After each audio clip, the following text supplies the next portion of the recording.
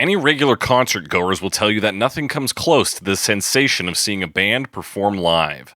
The excitement in the air, the thrill of seeing your favorite band in the flesh, and the sheer dopamine rush of hearing music performed by real human beings. Nothing can beat it. So why do concert films exist? Maybe true that nothing will ever compare to being in the same arena as Taylor Swift during her Eras tour, or to being at the Hammersmith Odeon in 1973 when David Bowie announced it would be his final performance as Ziggy Stardust. But maybe it doesn't have to be all or nothing. In the right hands, a concert film can serve as more than just documentation of a cultural event. It can become a celebrated piece of media itself, capturing a piece of the magic of a single performance, or more accurately stitching together the best of several different performances and transforming it into a unique experience that, unlike the memories of even the most sharp concert goers, will not fade over time. In 1983, Talking Heads put their concert film into the right hands, those of director Jonathan Demme. Demme would go on to direct 1991's The Silence of the Lambs, but at this time, he was wrapping up work on a significantly less beloved film, 1984's Swing Shift. Unfortunately for Demme, the shows he was meant to direct for Talking Heads at Hollywood's Pantages Theater fell on the same dates he was meant to oversee shoots for Swing Shift, which had just had a slew of new scenes written for it at the request of star Goldie Hawn. So, Demme spent his days shooting Swing Shift and his nights shooting Talking Heads.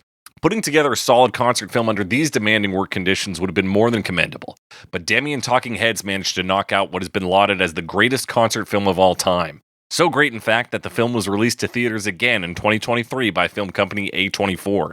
That's right, we're putting on our comically large suits and reviewing Talking Heads' concert film, Stop Making Sense, on Cover Me. Stop making sense. Stop making sense. Stop making sense. Making sense. That's right, it's Cover Me, the only podcast that usually compares famous songs to their many cover versions to find out which one is best. But this week we're talking concert videos, specifically Stop Making Sense. I'm your host, as always, The Snake, joined by my sensible co-host, Alex Mildenberger. Alex Mildenberger. Very sensible introduction. Sensibly. How are you? Sensibly yours. How am I? Sensible. No, I'm doing pretty good. I saw this movie, so it was pretty cool. You saw this movie, Alex. Let's not waste time. Let's talk Talking Heads. This movie's famous. It's a famous concert film. Yeah, it's a big one. I mean, concert films are a bit of a weird thing because I feel like they were maybe popular for a while and then haven't really been lately. But maybe they are, and I just don't hear about them. Yeah, the last big one I now. can think of is like the Eagles' Hell Freezes Over tour. Like my dad had that on DVD. True, that's definitely. My dad had a few concert films on DVD. I feel like they're definitely there's movies like this one where I would say anyone should check it out. Right. And then there's ones like I was given for reasons that I won't get into. Later Days Steve Miller Band live concert film. That seems very niche, yeah.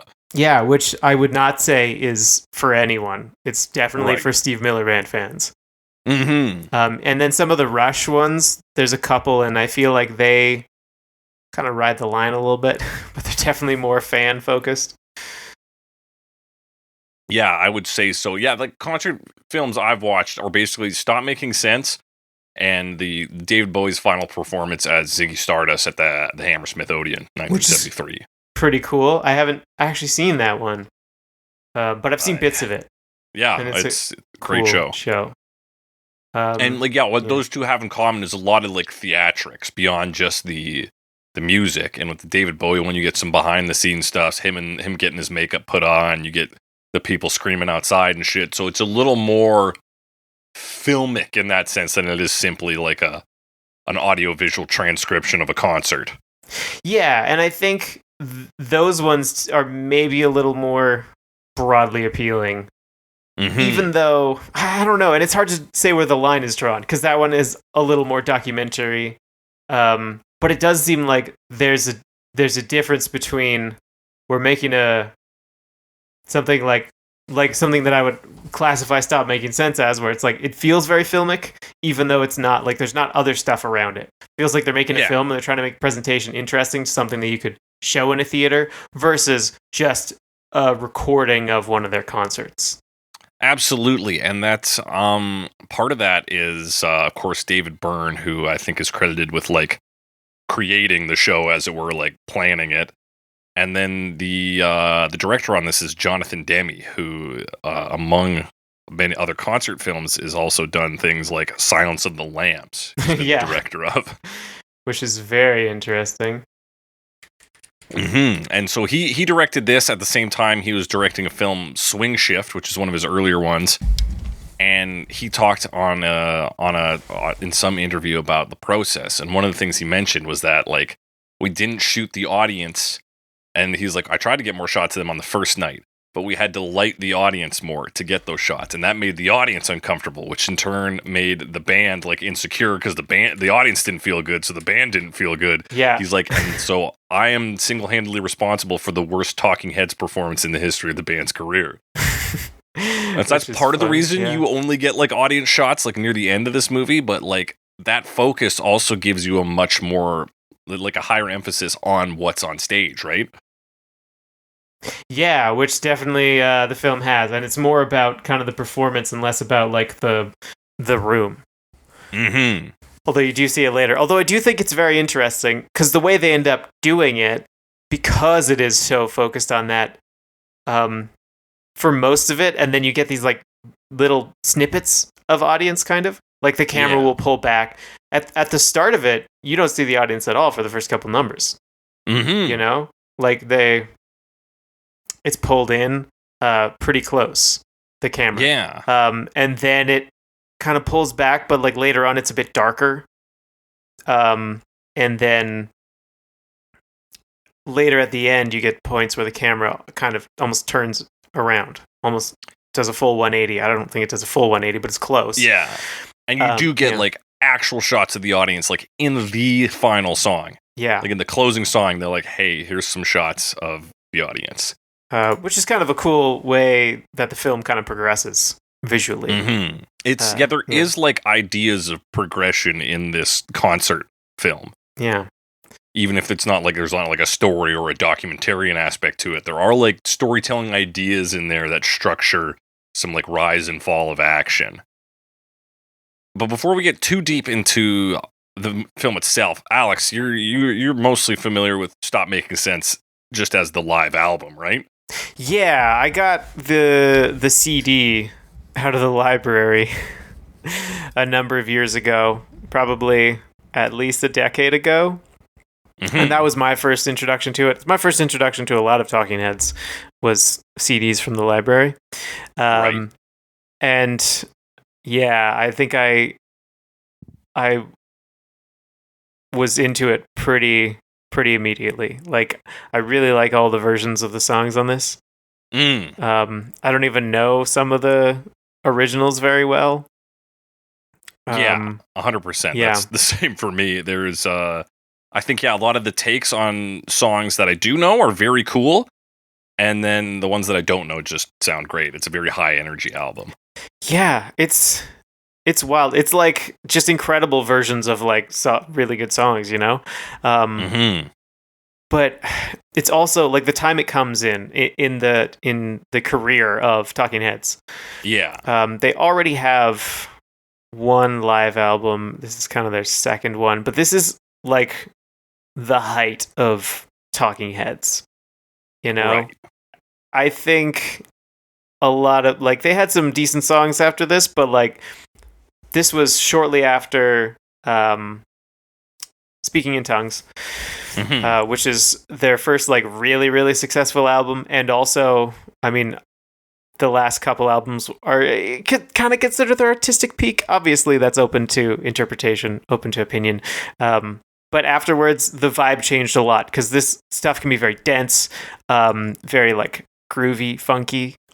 And the next two albums were very different from that. You get your True Stories, which is like from a movie that David Byrne made. It's a lot. Right. And then the other one, Little Creatures, I think. Maybe not in that order. But they're... Little Creatures is... Oh, yeah, they're like the same year looking at this. Yeah, they're much less... They're not like this stuff. They're quite different. Mm-hmm. So it's interesting that that this was made at like exactly the right time, kind of for the band. Right, just at this kind of like big turning point. Their biggest hit at this point, or their newest hit, is "Burning Down the House," which is like just come out, and they're kind of like at a very like pivotal point, coincidentally. Mm-hmm. It's crazy. It's a very cool album, and to finally see like, because obviously the Big Suit, everybody knows the Big Suit. Everyone knows the Big Suit. I've known the Big Suit for years. Known about it. Like, I've finally got to see it. I've In seen motion. it parodied like 100 times. I finally got to see it in motion and understand the Big Suit. I know, and like, because he wears a suit kind of throughout, or he puts the jacket back on a couple times, but it's just normal, or maybe a bit large, but not like massive at first. And then I was like, yeah, I guess the suit's kind of big. I don't know what all the jokes are about, though. And then he gets a big suit on. And then, it's because you even see in the credits, it says the Big Suit built by, what's the name? The Big Suit was built, yes. Good Lord, what is her fucking name? Gail something, maybe? Shit. Yeah, but it was like a specific credit. Gail Blacker, yes. Yeah. Who called the suit, quote, more of an architectural project than a clothing project. Yeah, it probably needs like a frame and stuff. Yeah, so she lined the garment with needlepoint canvas to help it remain stiff and angular. It's a bizarre piece of work, much like David Byrne himself. And yeah, so to see that and finally be like, well, now I understand pop culture was a rewarding moment. This was released this year, I guess, because we're nearing the 20th anniversary of it. Or the 40th anniversary. 40th, my bad. I know how time works. Yeah, I think it's the 40th anniversary release. Yes. Which, I guess is next year, not technically this year, but maybe the 40th anniversary. When did they record it? They recorded in December 83? 1983. Okay. Yeah, that makes sense. So we're approaching that. It was shot over 4 nights at the Hollywood Pantages Theater. Yeah, you talked about the costume. He's wearing these suits. So everybody was asked to wear very like neutral clothing just to assist with like lighting, making sure it didn't catch anything. Right. And then Chris France, apparently his laundry like just didn't come on time. So he had to commit to, for 4 nights, wearing the same turquoise polo shirt. Yeah, I think it looks fine. Yeah. It's fine, but it's not like it's that loud. It's just a little more colorful. Yeah, and he's behind a drum kit, so you don't like see him too much. Yeah. But it is like noticeable when he comes out. You're like, he's dressed a little differently. It's a little different, everyone. yeah. It's just like a little bit. But I do like, I mean, like the idea of just like this casual guy in the background who's drumming. I don't know. There's something about it. Like, you got this whole band in the front, and then the one guy who's like, I'm covered up by drums. What does it matter?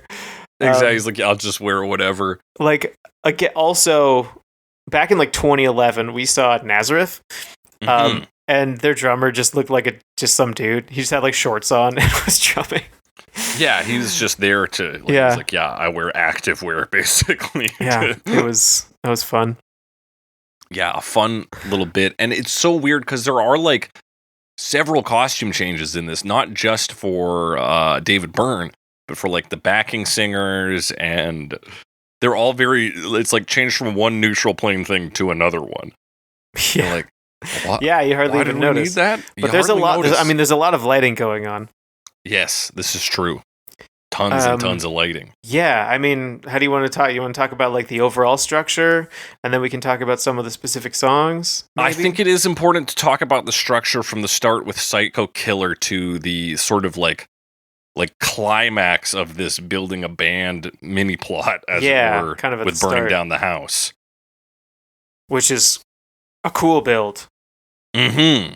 So it's done over a course of 7 songs, with burning down the house being the final one. And again, it speaks to this idea that you talked about where it's like, you don't even really know it's a concert at the start.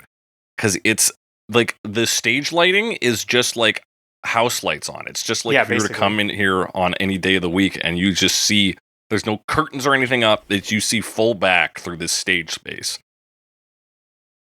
Yeah, it looks like a rehearsal kind of. Yeah. And they're just like in the process of setting things up. Mm-hmm. And David Byrne comes out with a suit on. He's got an acoustic guitar. and this filthy trick he plays on the audience. Filthy trick. This fucking bastard. He fooled me. He has a boombox with him. He's like, I brought a boombox to help me with this. And pretends to play it. But what's actually happening is there's a Roland TR-808 drum machine playing from a mixing board. Yeah, which it makes sense because honestly, if you listen to it, it's that's the best sounding tape anyone's ever made. Yeah, ever. coming out of this tiny boombox that's going to reach a whole theater. That does he even put a microphone by it? No, he just plops it down. Yeah. Yeah. So I mean, it's fun though because I've only heard it, right? So he says, "Hi, I got a tape I want to play for you," and then you hear the click and it tick. But yeah, that first song is just him and the drum machine. It is interesting to see it because I never really put it together that they're building a band over the first couple songs. Partially because of the drum machine, partially because some of the band, the backup singers, sing from off stage later on, so you get backup vocals. So if you're not watching it, you don't know they're not on stage yet. Yeah, exactly. There's so much movement in this that you just won't even pick up in the audio because it's not connected in that way. It's not you don't hear people running or oh, that's a far away mic or something. So there's a lot of choreography, and you get a good taste of that on this first track. So it's an acoustic and electronic drum version of Psycho Killer. It sounds great. And there's this bit much closer to the end of it where there's kind of bullet sounds going off, and he's dancing in this erratic fashion. It almost looks like he's getting shot by bullets and staggering. Yeah, the drum machine I guess does a big pow, and then he kind of staggers around. Very cool. Yeah, exactly. And again, I'd heard it, but I didn't realize there was choreography associated. You just because we just talked about Talking Heads last week for our listeners, and we're these guys are a bit weird. They're a bit kooky. They're a bit artistic. So having random big pows go off is that could be just for the audio. Yeah. Why would there need to be associated dancing? But there is, damn it. And so that's kind of your first big number there. And you're okay, cool. Where are they going from here? Very slowly, they jump into Heaven, which I think is a great track. Yeah, and more of a ballad. Tina Weymouth comes out. Playing her bass guitar. Boom, boom, boom, boom, boom, boom. There's backup vocals on this one as well from Offstage. Is there? It's one of the two. Yeah. It is. I assumed that was Tina Weymouth. Isn't she singing on this? Says with Lynn Mabry providing harmony vocals from backstage. Shit, I was fooled. Yeah. They fooled me again, Alex. Yeah, these fuckers don't want me to know where the sound's coming from. They're tricky. They're tricky bastards. They're tricky. So yeah, Lynn Mabry, I guess we have to talk about her now because she's now being introduced. Yeah. American singer, got her start in Sly and the Family Stone. She was one of the original brides of Funkenstein, which is a funk and soul girl band. Great name. She spent time in the 80s as a backing vocalist for Talking Heads, Rita Coolidge, Naomi Amuro, Bette Midler, George Michael. Toured as a backing vocalist for Fleetwood Mac in 1990. In 1991, she did backing vocals for Stevie Nicks. And she's featured in that documentary 10 Feet from Stardom about background singers, which I think centered around the background singer for that Rolling Stones song, whose name is escaping me. Oh, for Give Me Shelter. Yeah, I can't remember her name off the top of my head. It is Mary Clayton. Yeah. So she's another big background singer, and here she is singing harmonies. Yeah, and I mean the backup harmony vocals on this whole thing. Oh yeah, so good. The whole band is just firing on all cylinders. Every member of this group, including the non-standard members of Talking Heads. Yeah, because there's 4 core members, I guess, and then 5 other artists playing or singing. Yes.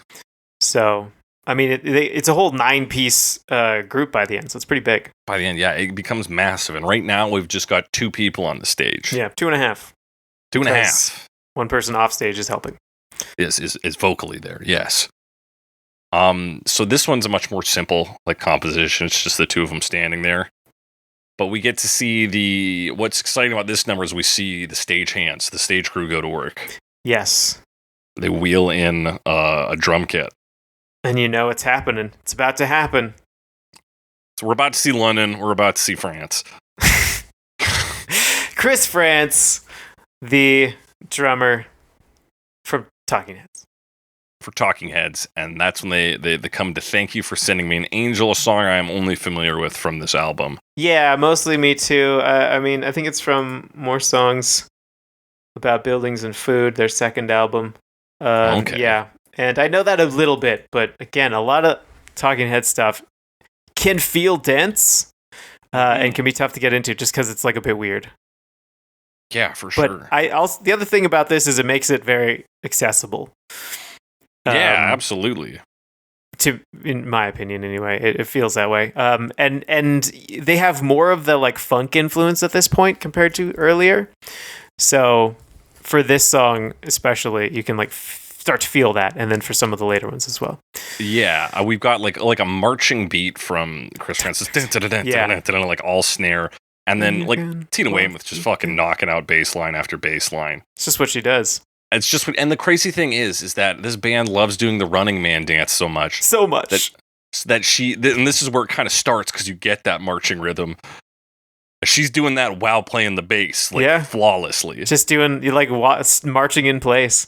They do it so much. They do it so much. It's the other thing that happens. We have this new member introduced, Chris France. I thought Tina Weymouth got a bit of the short end of the stick only because she's kind of out of focus for the song where she comes in, Heaven. Yeah. And then Chris France comes out, and we get a full, like, almost 360 degree rotation around him, just like with the camera on him. Yeah. Like, here I was he like, is. Tina. Look at his turquoise polo. But yeah, he gets a whole intro in that way. And they play this. Yeah, that's their second song. And as they are sort of constructing the stage, so they start to wheel out more stuff. Mm-hmm. And you think Tina Weymouth gets the short end of the stick. Jerry Harrison doesn't get a stick at all, man. Yeah, Jerry Harrison doesn't get much focus in this. No. He's like, and it's so strange because up until the fourth song, it almost all feels like one continuous shot. Yeah. Like it feels like we're seeing every moment to moment. I was surprised when I learned it was 4 different nights they shot this over because, like, especially those first 3 tracks feel continuous. It does, and I mean, it is kind of spliced in. There was one moment I noticed where like you could see someone was doing something, and then they cut, and they're just not doing it anymore. They're not doing that. Okay, but it's mostly very good. It's pretty solid, and then it's just like we're wrapping up the third track. Thank you for sending me the angel. Found a Job starts, boom, smash cut. Jerry Harrison's just on stage. I honestly didn't even notice that happen. It was so, like, it's probably smooth, but it was, like, so jagged for me, because as the song's winding down, I'm like, okay, cool, we're going to see the next guy come on. Because I'm picking up on the pattern at this point. And he's just there. Just, like, there. Some of it was because, for the early songs, a lot of the camera work is very, like, tight. Mm-hmm. So I almost wonder if, like, it was just focusing on someone else close up as he was walking on stage, and you like heard a cheer or something. I don't know. Right. Or like maybe I filled that in on my own because I expected, like, of course he's got to walk out, right? So my brain's like, of course he walked out. Get him on stage. How could that have happened? You can't teleport. But he does not get any of the, like, the build-up that, like, Chris France gets, or even the minimal, like, you can see her coming out on stage. It's Tina Weymouth. Like, because there's nothing else on stage. That's right. It's like, wow, a new person. Crazy. But that takes us into Found a Job. I mean, that's a pretty... It sounds like classic Talking Heads to me, but that's because I've listened to this album enough times. Yeah, I know. There's definitely some of this album kind of fades together for me. It is, like, because it's a lot of high energy tracks, and the style is so, like, focused. Yeah. So, like, tuned in to this, like, Talking Heads funk. Yeah, so I definitely like between, like, Found a Job and Into Slippery People, like, it can kind of blend together for me. That's true, yeah. A lot of what I ride on it is just the variations in Tina Weymouth's bass lines, which Found a Job's got a great one. This that I find very cool. Yeah, and I mean, it really starts to get some of the like tick tick tick tick tick like funky guitar work as well.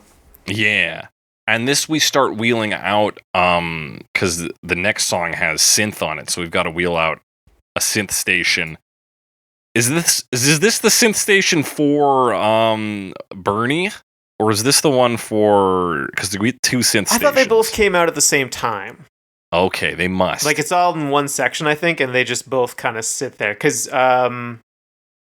because Jerry Harrison he starts playing on a guitar and then he moves into the synth. It kind of moves back and forth between there. Yes. And then there's Bernie Worrell, who also plays keyboards. Yes, and he is of Parliament Funkadelic Collective fame. So like, there's some pretty solid musicians in this group. Like they big got, fucking name. They got the good ones. So on this track we get a Bernie Worrell and we get our two backing singers in the flesh, Lynn Mabry, who we talked about, and Edna Holt. Yep. Who is also just kind of a similar like backstory to Lynn Mabry, where she's been a backing vocalist a long time. She's in the Ritchie Family, Fonzie, Big Apple Band.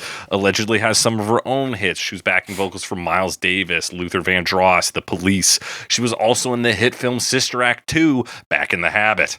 Of course. How could I forget? How could you forget? I will tell you this.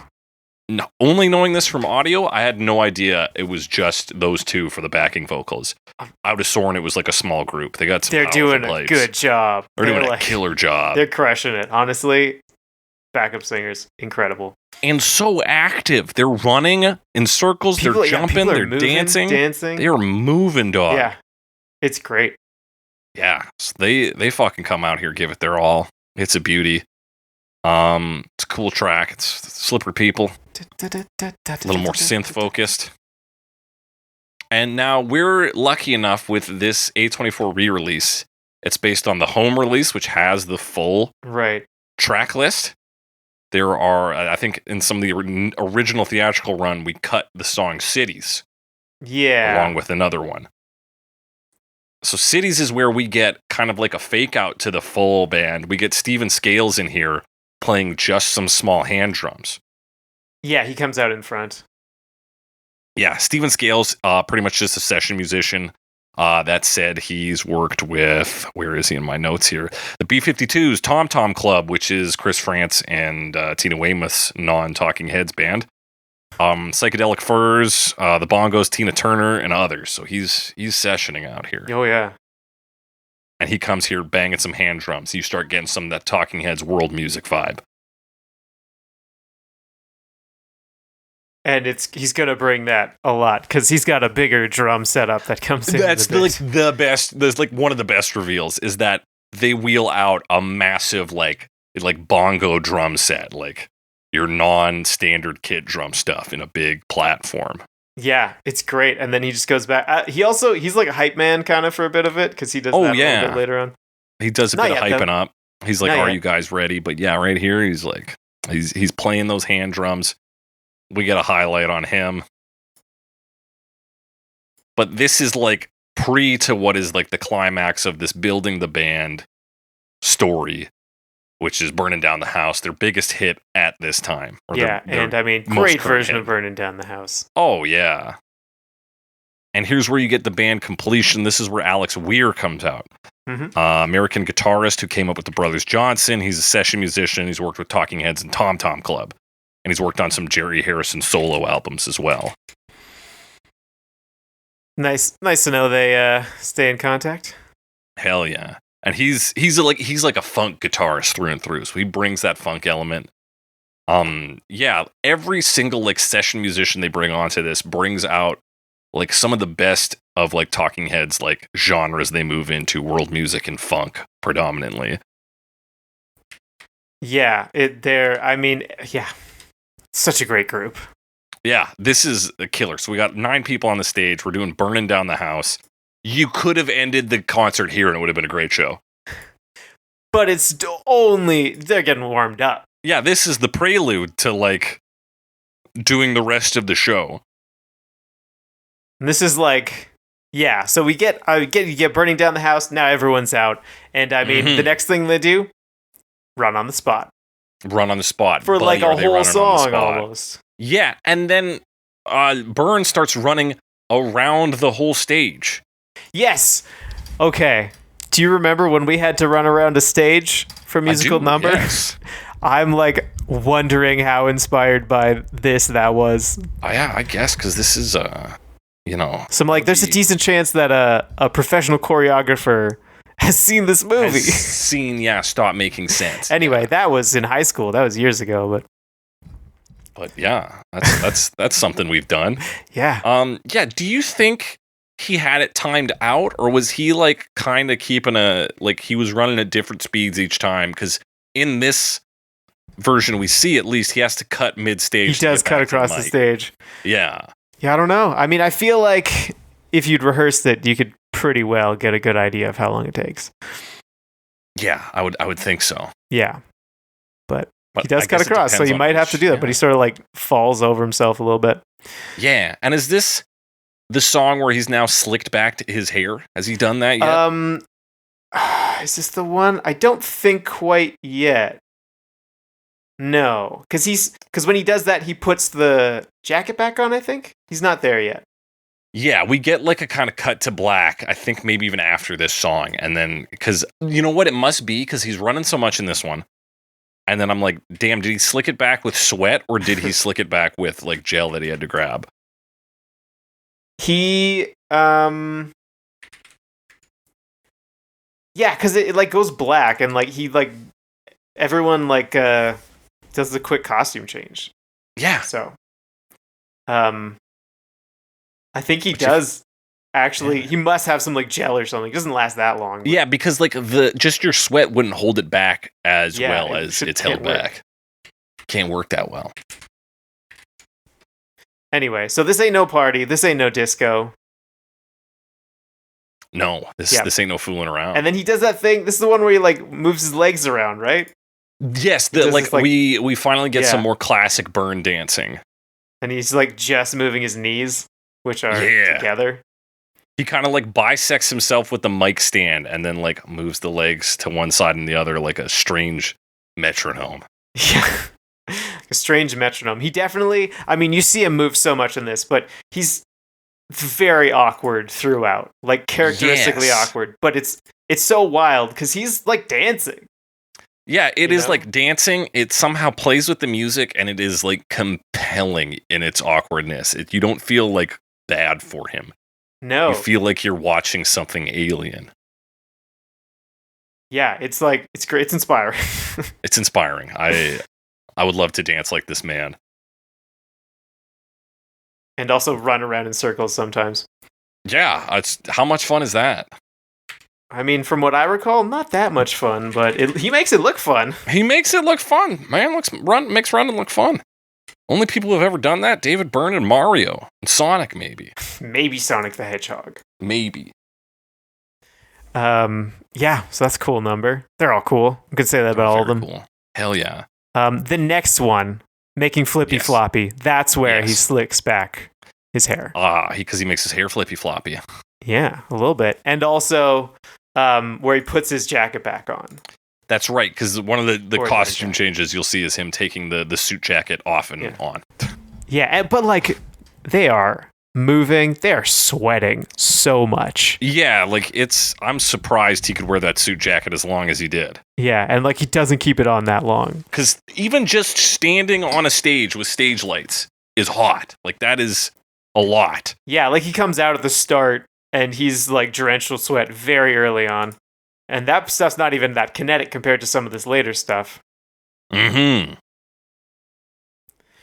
But yeah, so that's this. And then they're like flashing a bunch of words on the behind That them was so confusing to me. I was trying to figure out why. before dinner time or whatever. Some of it's words from the song, I think. Okay. So it Um, was like video games, yeah. lead. Some of them, I don't know. Like, Maybe it's supposed to mean something. The song is making Flippy Floppy. I don't know.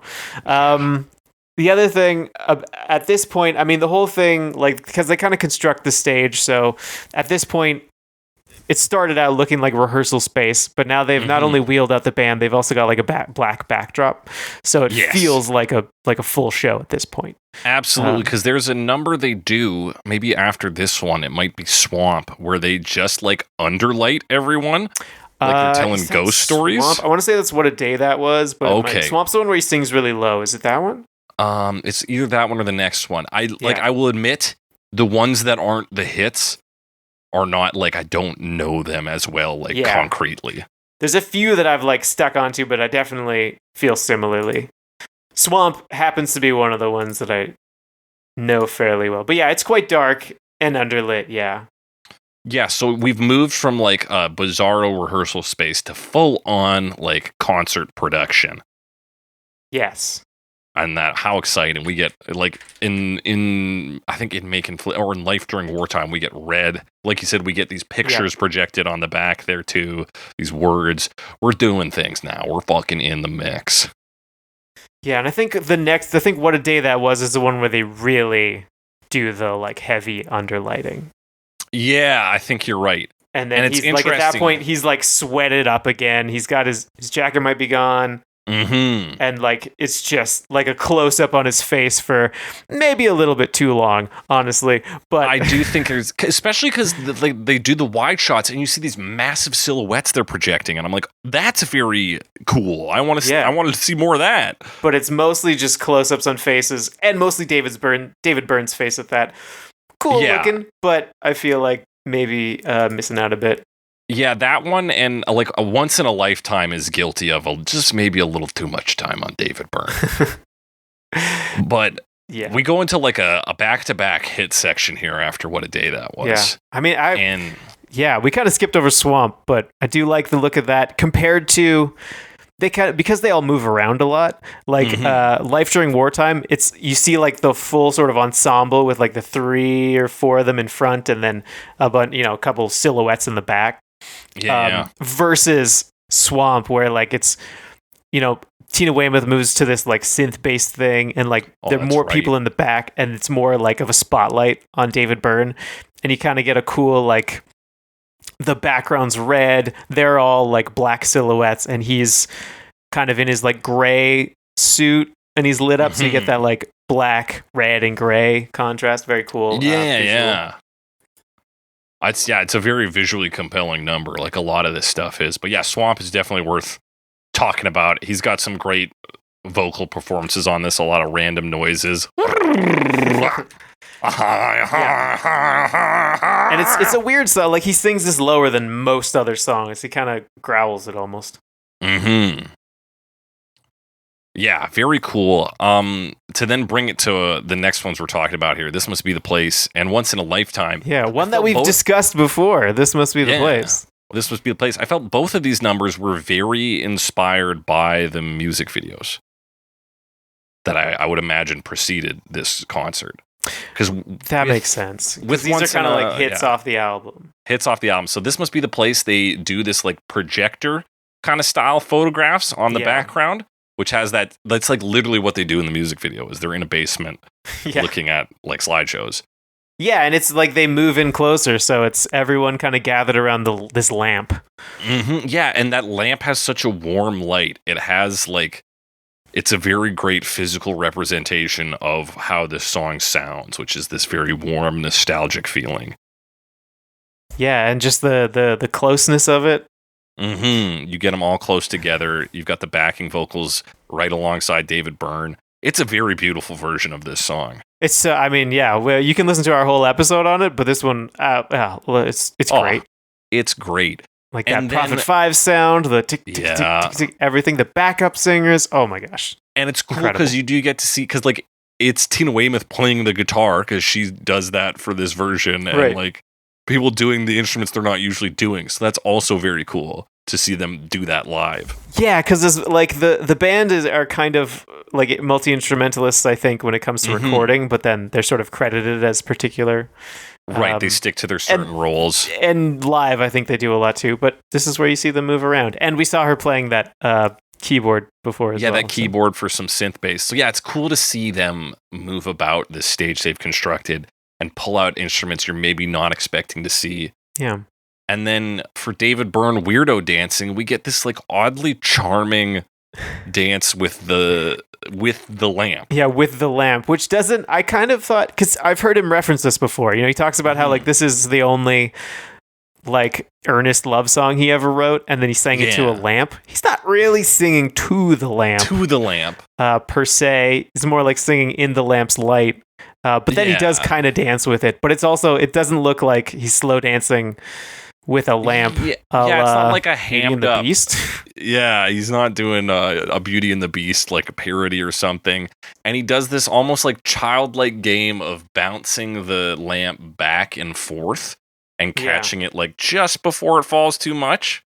Yeah, I feel like obviously they have 4 nights to work with, but I wonder if he ever dropped the lamp, because I would have fucked it up once. And they'd be like, we're not going to do the lamp bit. I'd be like, oh.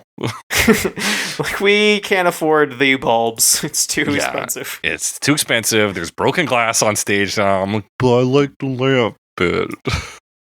Yeah, you also get some cool, I don't know exactly how they would have done this, but later on in the song, there's like little circles in the shot. Like lens flares almost, but like lens flares. Yeah. Maybe that's just what it is, just like light shining on it, but it's very cool. It feels very like ethereal. Yeah, they strike a very great mood with this song. And of course, since I know this one, maybe it hits a little harder for me, but then I also found Once in a Lifetime to be possibly the most boring song on this album. Once in a Lifetime? Because it is just like his performance is basically the music video. Right. And we focus on him so visually I'm not getting anything like new or interesting. That's true. And it's another one that's very like underlit and focused on him, which is kind of very similar to the one we just talked about, which is What a Day That Was. What a Day That Was. Yeah. And so, you get like kind of a lighting shot you've already gotten. You get a performance that if you're familiar with their work and you've seen the music video, you already know this performance. And then like musically, like I don't know if it live brought anything new or interesting out of it. I think I agree. Not that I hadn't really thought of it, but it's of all the songs on this, most of them I will go to the Stop Making Sense version first, but Once in a Lifetime is probably the one where that is not true. Yeah, I almost think like I would deliberately pick the album version over this. Not to say that this is even a bad performance. No, I mean it's still. I mean, I loved the whole thing. It was, but this was definitely a moment. It was a little less engaging. Yeah, I was definitely just like, okay, yeah, you do have to do Once in a Lifetime, but like. Like he just kind of puts his jacket on and he's got some glasses now. And I mean, he's doing the preacher thing, of course. Yeah. But he's not swimming through weird special effects. No, yeah, like the special effects in the video do a lot. And then so much of it is focused on him that my mind wanders when the camera doesn't. I'm like, what's everyone else doing? Yeah. Still, it's Once in a Lifetime. It's a great track. You got to play it. I'm glad it's part of the ensemble here. We move to Big Business / I Zimbra.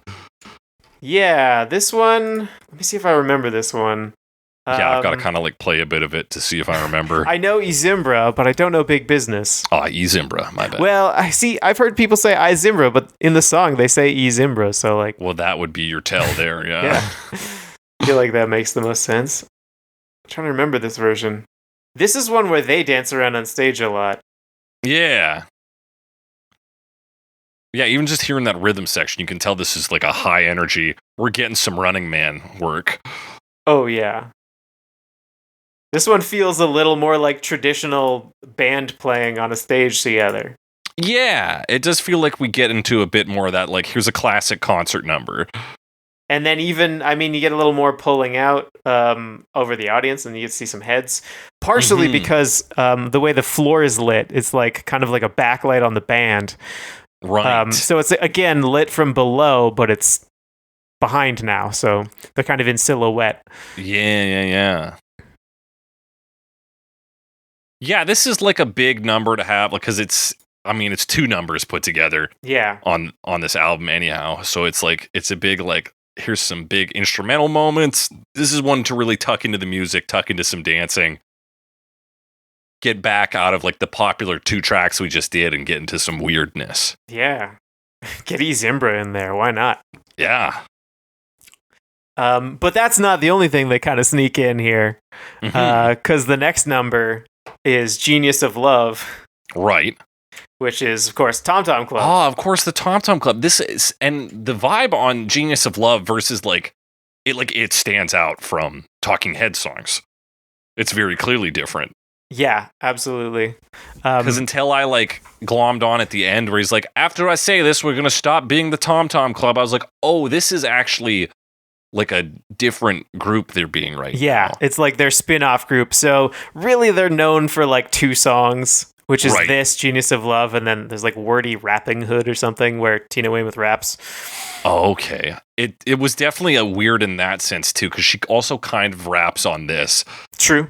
And she's working with people of color, and I'm like, are they okay with this? Yeah, it's like the early days of rap at all. At all, yeah. We're 1983 here, end of 1983. It's kind of ahead of its time in a weird way. Yeah, it is just a bit on the cutting edge. And it's also, the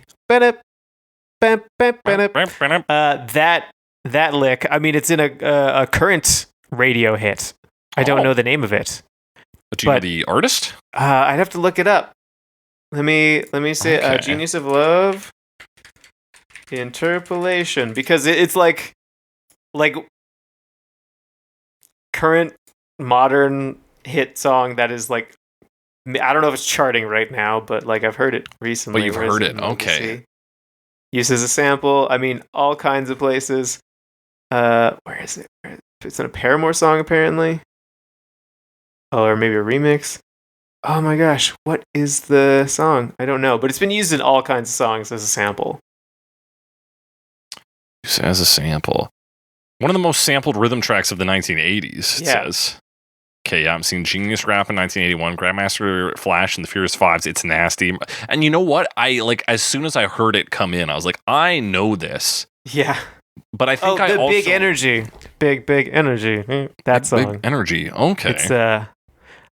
It's a song from 2021. Relatively current enough that I've current. And you my would roommates hear that on the radio. Still listen to it occasionally, and it's still potentially on the radio. I see that by Lado. Yeah, because I think you say big energy, but you mean Big Dick Energy. I think is the big it energy. fits. I don't know. Which to the point where I thought that might be a clean version I was hearing, but I'm not sure. Anyway, it uses that. Right. Lado told Billboard that in the lyrics she took the masculine, trendy, big dick energy quote from social media and made it a concept that all genders can have and take it deeper than just a sexual aspect. Just big energy. All right, cool. Cool, way to go, Lado. So that's the song that is currently sampling this, but it's sampled all over the place. Yes. Yeah, they have an interesting energy in this one. Love Tina Weymouth's gremlin dancing. Yeah. Yeah.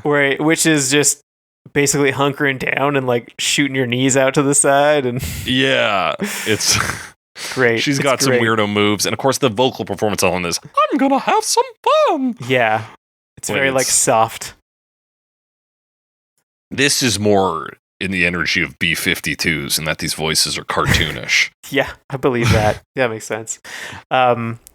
Different feel, but they got the whole backup band out there with them, so yeah, it's still fun, but definitely a different feeling from the rest of it. Yeah, and Chris France doing these weird almost hype man toasting style vocals. Yeah. It's definitely especially cutting from what was a classic big instrumentation 2-songer put together to cut to what is bizarro 80s novelty track. It is definitely weird. And hearing it on the album, I didn't at first realize the connection, right? I didn't know who Tom Tom Club were. So I was why did they just bring out this other group? What's the point? Yeah, what kind of concert is this that I guess the opening act is back? What the fuck's going on here? Yeah, I thought it was so weird. And I had also, to reference another similar, live recording / concert film, recently heard the Rolling Stones' Rock and Roll Circus, Right. which has a ton of other groups in it. So I thought maybe it was something like Okay. that, but I was like, who the fuck are Tom Tom Club? Never heard of him in my That's life. not Jethro Tull and or the Dirty Mac, who Yeah. were only had one performance, which was in the Rolling Stones Rock and Roll Circus, Hey, Jethro Tull and Dirty Mac. and the Who were there. Anyway, so yeah, Genius of Love, fun song. Great. And then we come to what is basically like the song of this album in some ways. It's where the Because it's where the title of- comes from. It's where the title comes from. It's where the And big suit comes in. It's where the big suit comes out. What's fun is, so Genius of Love, I don't know the lyrics exactly, but she talks about her boyfriend a lot. Yeah. And then we play the boyfriend song, then we play the girlfriend song. That's right, back to back, and of course, a song without David Byrne in it is great time for him to put on his fucking Yeah. neck suit. Probably took the whole time. Probably. Here's a quote. I believe this is from. So there's a lot we got to talk about this big suit. So let's talk about the big suit. So David Byrne says, I was in Japan in between tours and I was checking out traditional Japanese theater, kabuki, no, bunraku, and I was wondering what to wear on our upcoming tour. A fashion designer friend by the name of Jürgen Lell said in his typically droll manner, well, David, everything is bigger on stage. He was referring to gestures and all that, but I applied the idea to a businessman suit. Yeah, and it's fun that it's just like an evolution of what he was wearing before. Yeah, that it is just a bigger version of the same thing he was wearing. So he kind of like elaborates on the visual effect he's looking for. He says, I wanted my head to appear smaller, and the easiest way to do that was to make my body bigger because music is very physical and often the body understands it before the head. And then here, one more quote just on the construction of it. The actual suit hangs, barely touches your body. It's got these giant webbed shoulder pads and a webbed girdle that you wear around your waist and pads inside that give you incredibly wide hips and no butt. So when you're facing sideways, you look normal, and when you turn to face the front, you're incredibly wide. Most of the suit isn't even touching you. It's just hanging from the scaffolding. Yeah. It's such a funny look. It's great. Yeah, so he's like basically wearing a bird cage that has a suit over suit top draped of over it. it. Yeah. And like he's dancing and it's just like flopping everywhere. Yeah. Yes, he does make the most of this. Now, like, the question is, and this is apparently a quote he gave to a magazine, this will be the inscription on my tombstone. Here lies the body of David Byrne. Why the big suit? Why the big suit? Well, I mean, visuals, man. There's a few, Yeah. like, the beginning of this song, he comes out and he's like, again, front lit from below. So you get like the Yes. silhouette of just this like massive suit. And you don't quite register what's going on at first. Because Yeah, it it's takes just a a minute. shadow. Like you can kind of see him, but he's in the background. And then he walks out and it's just like huge. Yeah. And it's, what a big suit. What a strange thing. And then what a ripper song to do it for, too. This song rules so much. It's so fucking good, dude. Like, I don't even know the album version, like, at all. But this, No, you don't need to. absolutely, like, this is incredible. I'm like, and part of the reason I listened to it so much back in the day, other than it being great, was like I just love the idea of like songs that have the album title in them, Yes. which you don't normally get in live albums. No, you certainly don't. So it's great. Yeah, It's great. It's so good. Yeah, and then like it And I didn't becomes- know it was the big suit song until now. No, and that just it makes everything like it's like the stars aligning. You've got this big question, the big suit. You're like, why is he wearing that? And then the big like climax or like the selling point of the song is him screaming, "Stop making sense, making Yes. sense!" And you're It's like, yes, yeah. yes. I guess I don't need to know why the suit is big. It doesn't have to make sense. Doesn't have to make sense. Oh, and like him walking out of the start, everyone's doing this like boom, boom, boom. The keyboard's like screaming, and he's just like kind of bopping his head. I'm like, yes, I would do that in an oversized suit. Oh my god, Absolutely. oh, it's so good. So good, dude. Great song. Just good synth, good use of cowbell on this. Great harmonies from our backing vocalists. What can you say? Just check it out, man. So good. Just check it out. If nothing else, and like not to spoil my final verdict, but this is a movie worth seeing. But like, Yeah. if nothing else, check out Girlfriend is Better. Yeah, there's a lot of good stuff here, man. And here's where we, following this song, is where Cover Me gets to justify talking about this song. Hell yeah. It's Take Me to the River, baby, which is to the river. which is a Al Green song originally, Reverend Al Green. Yeah.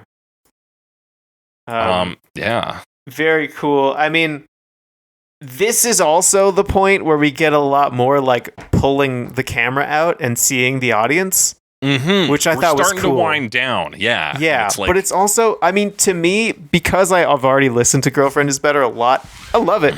This was kind of the sleeper hit for me, because when we got to this, I was like, oh, damn, I should listen to this song more. Why don't I? Because oh, yeah. they're just, it's got it's always just the energy they bring, and like just everything is incredible. But like you see this, and it goes for a long time.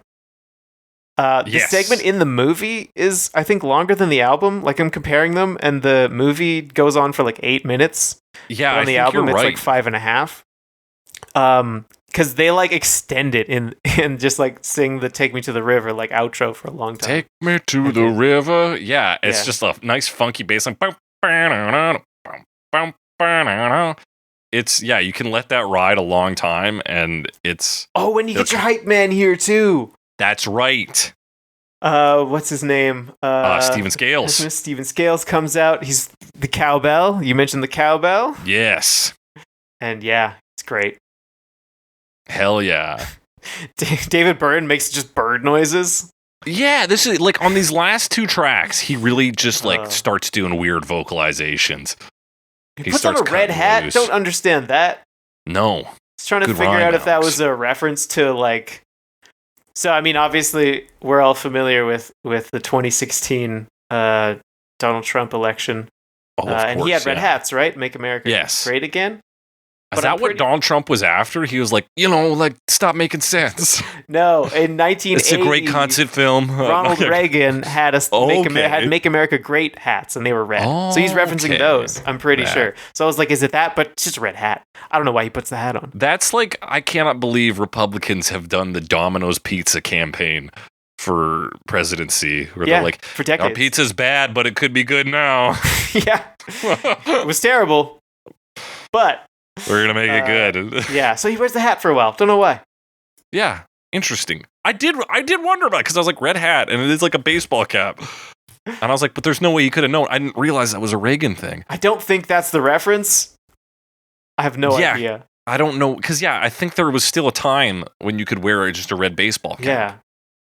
But also, at the time, it was like a popular, like it would have potentially been seen as positive, because people liked Reagan? The actor? The actor?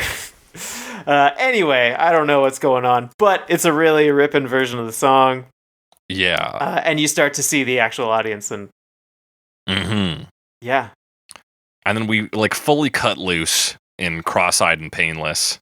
Yeah, he like introduces the band. Maybe that's the other thing they cut out, because he says all the band members' names. Yeah, and the stage crew he brings out. Is that, or is that right at the end? Or is that, I think that's after. You're right. He does, right. You're right. At the end of the final thing, he brings out the stage crew. But I like that. I did like the respect he gave to every member of the band. And he's like, this is his person. We all get to cheer for everyone. Love that.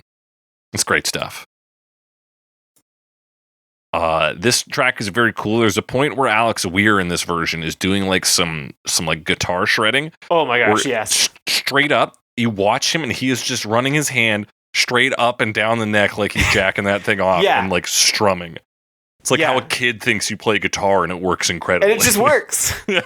He's just like, obviously this is how you do it, and then he figured it out and he did. Yeah, it's great. There's a lot of guitar work from David Byrne here as well. Playing a very cool guitar that I don't know what it is, but it's like kind of like brown with like gold. Oh yeah, like a sunburst kind of style thing. Really like that guitar. I'm gonna figure out what it's called. Yeah. Is this the one where he fucks around with the pedals too? Yeah. That's another like, how does this still sound good? Because he's like strumming with one hand and then fiddling with the other, and the sound's coming out still rock. And I'm like, what the hell? Practice. So much practice. I can have 3 hands on the guitar and not make anything sound that good. Yeah. No, it's great. Yeah, phenomenal ending track. You get your shots of people in the audience. There's a kid with a plush unicorn. That was my big takeaway. It's like a child, and he's got a toy. A child. A child. A child. To reference an older meme. Yeah, an old meme. Great meme though. Yeah. And that's the last song. That's the last song. That takes us right out. We get to see the stage crew. They get their applause. And the credits start up, and it plays like the drums from Psycho Killer Yeah. for like basically the whole time. Yeah, and then you get to look at the credits and see that the big suit was built. Yeah. You're like, what the hell? And honestly, yeah, it was just a great time. Yeah, I had so much fun. I think seeing the theater kicked ass too. Like the sound was Yeah. so good in there. The sound was cool. It was interesting. I'm curious what your overall experience was, because I do feel like, for me, like theater etiquette versus rock and roll show etiquette are sometimes at odds. Oh my god! Every song that ended, I had to fight my hands. I was like, "Don't clap! Don't clap!" Don't Yeah, clap. and some people did clap and cheer in my theater Okay. anyway, like a little bit. We were talking about this before. The median age of attendees, certainly for me, was higher. I was below median age, which is becoming less and less common for sure. as I get older. As you get older, it's just how it works. But yeah, Yeah. it was older audience here for sure. There was a couple people who were, I think, younger than me, kind of like, hipster, like 20-year-olds Sure, to sure. teenagers. But yeah, a lot of like geriatrics, a lot of white hair, a lot of canes. Yeah, and one person I talked to said like, "Oh, well, I didn't talk to a lot of people, but like they just kind of turned around and were like, oh, you younger people are into this, you know?" Mentioned that they had like gone on some early date with their spouse to see this like in the 80s. Yeah, that's crazy. Yeah, and I don't know. Well, the one thing is like I like the idea of seeing concert movies in a theater. Mm-hmm. It would be interesting if if there was like a dance floor, especially for something like this, you know? If they cleared a space. And it'd be more like, I mean, I'm thinking like Rocky Horror Picture Show where people like get up and dance, Dance and like throw things and Yeah. scream and holler. So, yeah. like, you could pretend it's a real show, and I mean, it's kind of a good time to talk about this because there's a Taylor Swift's concert film in theaters right now. That's right. Eras, which is like 3 hours. Yeah, and that's like a Springsteen concert. Yeah, or a Guns N' Roses concert, as it turns out. Yeah, Yeah. who would have thought? Not me, dog. It shouldn't take that long to play 5 songs, but Yeah, but supposedly people are like, "Oh, we're gonna treat it like the real thing, like it's an actual like in-person concert, and like cheer and dance around and stuff." and why wouldn't you with Taylor Swift tickets costing so much? Yeah, it seems like a good alternative. I don't know that that's the direction we're heading in, but I think it would be really cool if we filmed more concerts and showed them.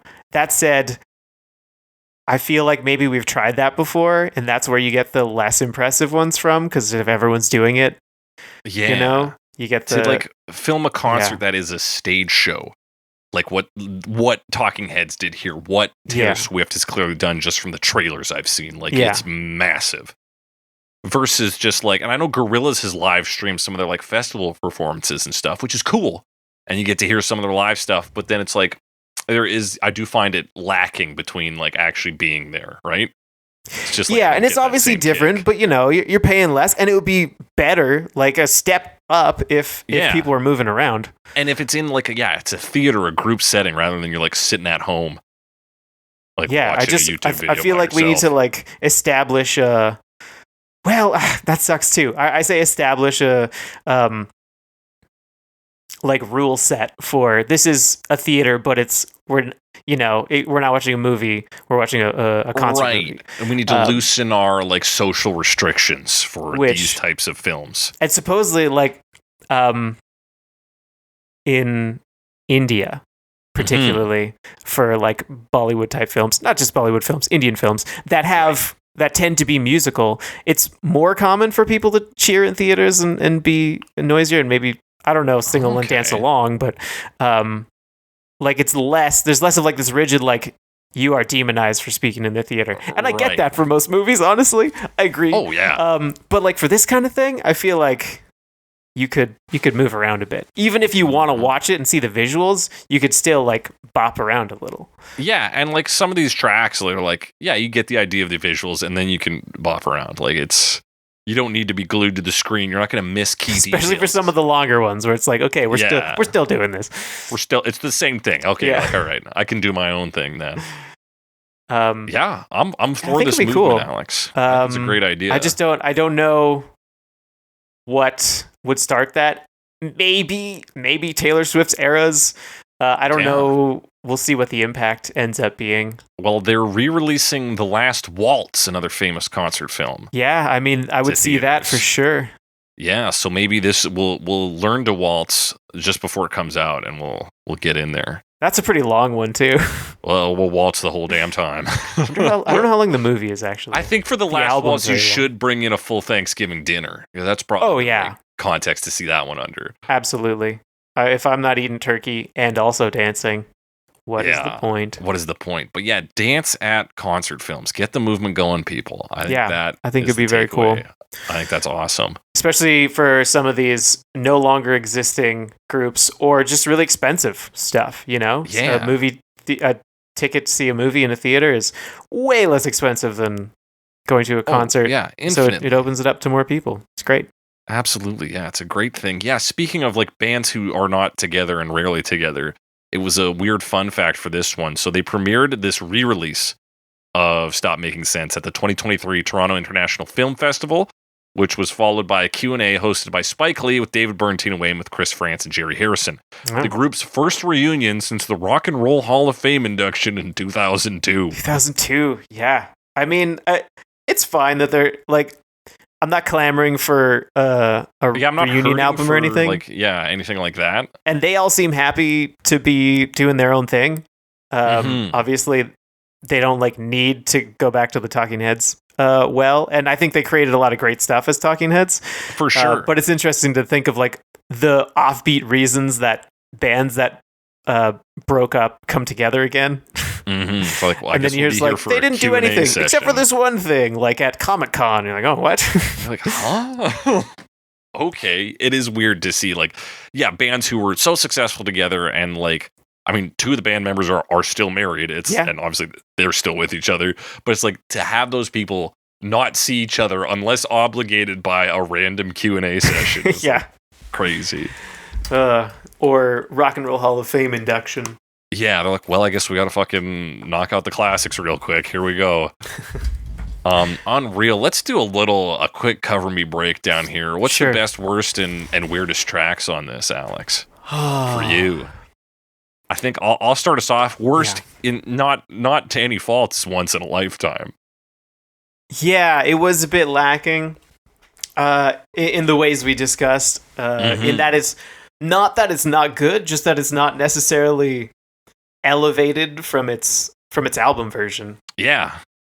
compared to the rest of them. When Which are yeah, just so much of this strong. album does elevate, and you're like, well, that seems impossible, but it does. I would say, again, like I liked the whole thing, but probably the bit for me Mm-hmm. that I'm like, what part don't I remember that like kind of dragged a bit? I don't know. I like all these songs. Mm-hmm. I'm like, let me see. Is this the one?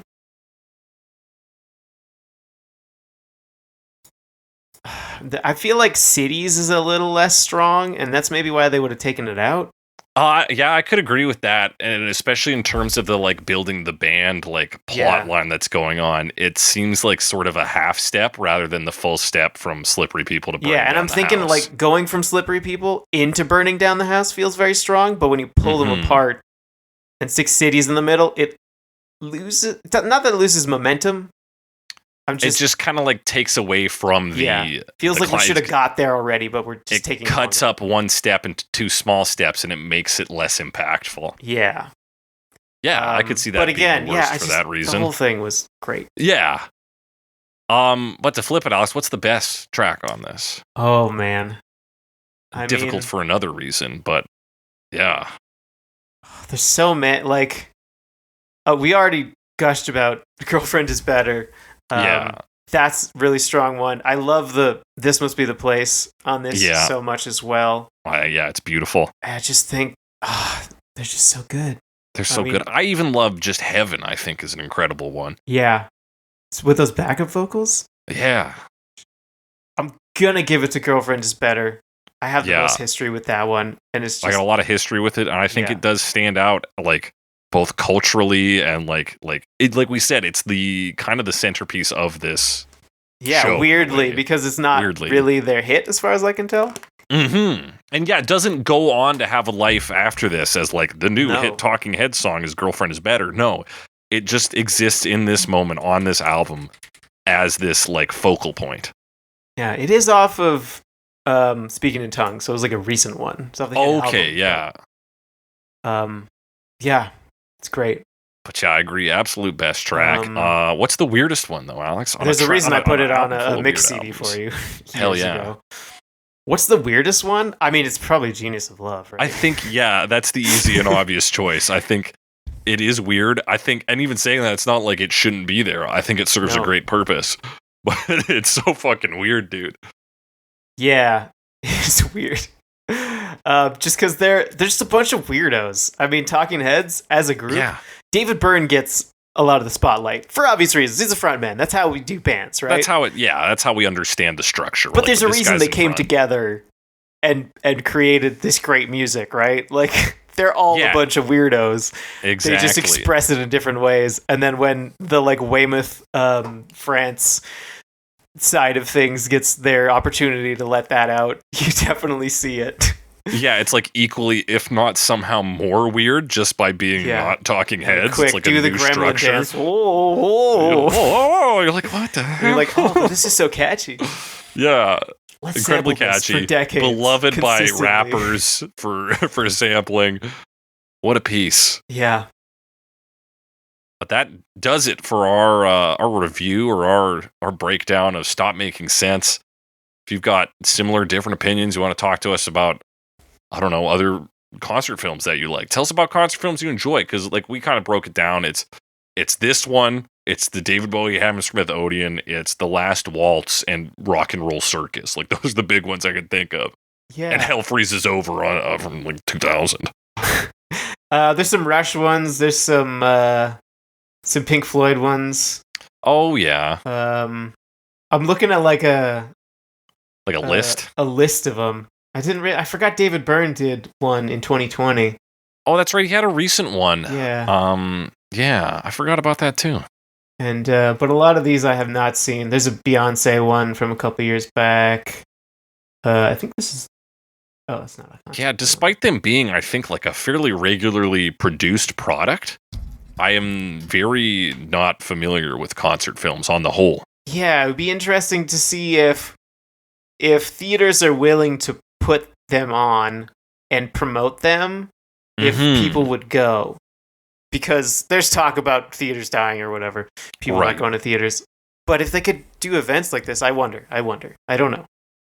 Yeah, and maybe you might it just takes have a something. Taylor Swift level of fame to get there, and so that's not really attainable for the most part. But I don't know. Maybe. But maybe Taylor Swift might just like kickstart a bunch of littler ones, right? Because Yeah. they'll go, oh, well, there is money in this. We're going to do with some concert films now, and we're going to try and make Just a this little bit. work. It would be really interesting if that happened. I don't know if it can, but it would be cool. Yeah, I don't know. Get Martin Scorsese to do another one. Fuck it, he's still Yeah. around. See who he'll team up with. Yeah, Probably let's the figure Jonas out what. Brothers. Yeah, I'll be like, this has always been my vision. When I did The Last Waltz, This is what I really wanted. this is what I really That's want. He's why 80 years old. What we'll be music does served- he even listen to? We'll be serving turkey dinner at this Jonas It's Brothers concert. only Like, it was Thanksgiving Scorsese shows. the whole time. Hell yeah. That Just likes turkey. he just likes turkey. That does it though, guys. So tell us about concert films you like, which ones we should maybe check out.